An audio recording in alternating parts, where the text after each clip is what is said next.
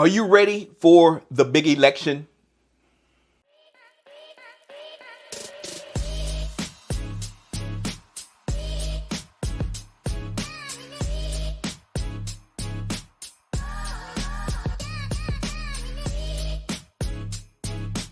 Wake up, leaders. This is Glenn Guyton, your cultural futurist and keynote speaker, helping you to unlock the power of your people. It's time for our executive coffee break. I have my beverage in hand. I hope you have yours too.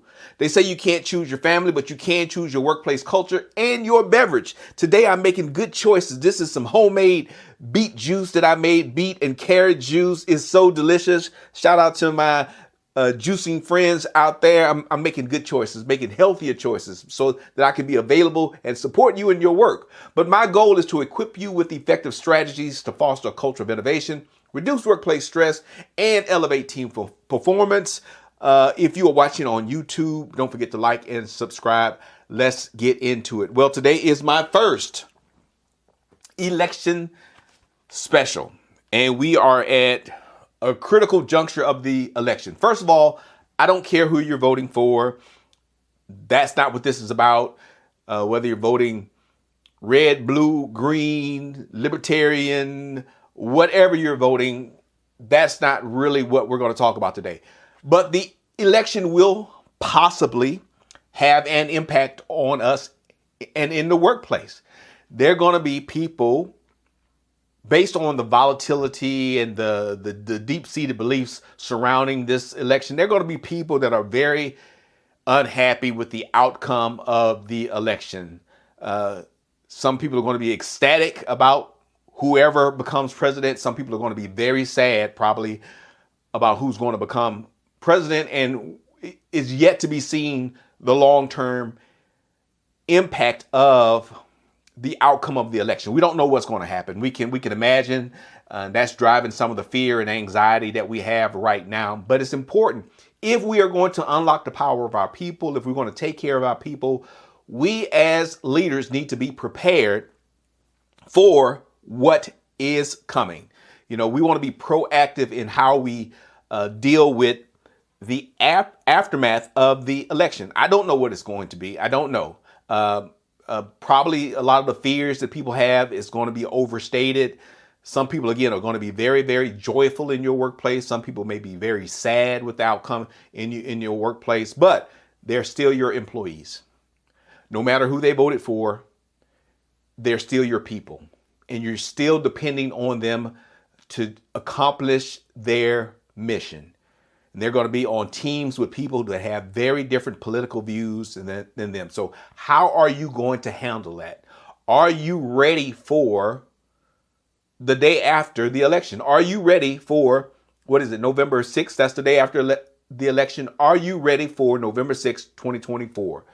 Are you ready to deal with whatever's happening? Hopefully you start to prepare for that now. That's part of taking care of your people, predicting what's going to happen. You don't have to be a cultural futurist like me to know that this election cycle has been very polarizing. Again, from whatever standpoint you're looking at this, it's been very polarizing for a number of people. People are very entrenched in their views for this election. So I want to just give you a few tips. I'm actually going to put a link to a website in the description for this.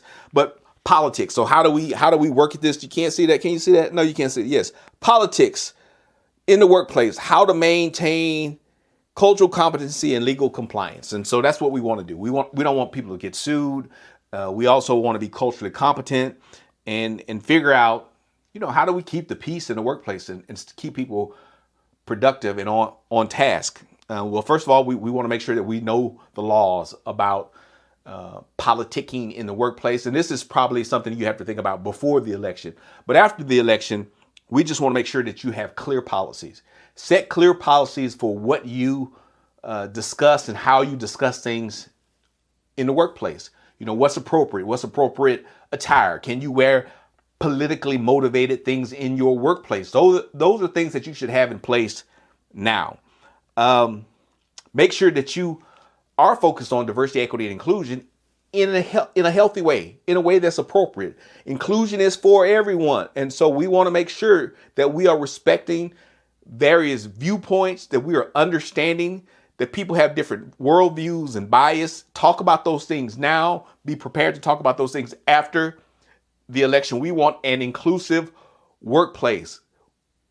That's for everybody. Inclusion is for everybody. We're not saying it's just for this specific demographic. No, we want people to feel welcome. We want them to be able to do their jobs effectively. We want them to be mentally engaged when they come to work.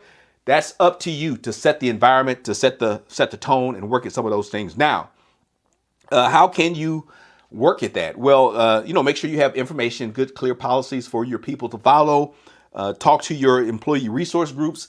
They can really be a powerful source of support during a time like this, and also give people a forum to talk about things that may be bothering them, or concerns, or unhealthy practices going on in the workplace. So utilize your employee resource groups during this time. Maybe you need some executive coaching. If you're a leader, you don't know how to handle these things. Who's on speed dial for you right now? Leaders, who's on speed dial? If it hits the fan, if it all comes crashing down the night of November 5th, who are you going to call to help you with communication, to help you build bridges, to help manage discussions in your workplace? Do you have a plan in place? Do you have a plan in place? Get it in place. This is part of your risk management plan. And I think you do need some type of risk management plan for what happens after this election. And I'm serious. I'm smiling, but I'm serious.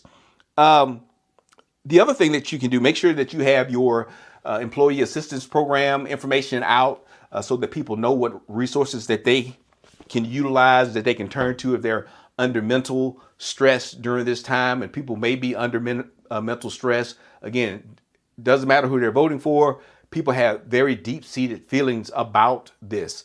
Many people about this election, right? Many people's identity is wrapped up in some of these election issues, as we think about women's rights, as we think about race, as we think about how people view guns, gun violence, all of these different things that have come out in the election.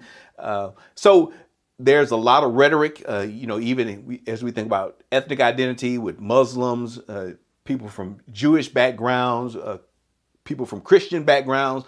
All of these things are wrapped up into probably the two main candidates for this election. So leaders, you have to be ready if things get tense. Have you already started building the trust that you need in the workplace to be able to have effective conversations? Do people know what to expect in your workplace? Are there rules that are written in regards to how we communicate with one another, the things that we should or shouldn't be communicating in the workplace? Are your managers equipped to deal with any conflict that may occur?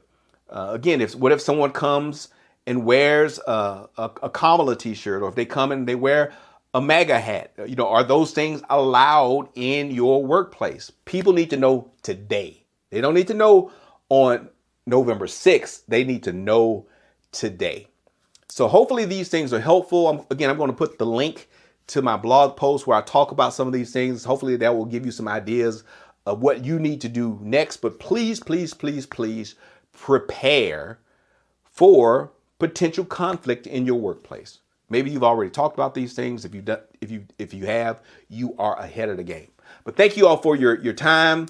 I don't know who you're voting for, but exercise your voice, exercise your right to vote during this time. I always tell people, we put all this focus on the local election, but we need to focus on on the national election, but we need to focus on our local elections, and hopefully people are really actively engaged, and also the decision-making process in your workplace.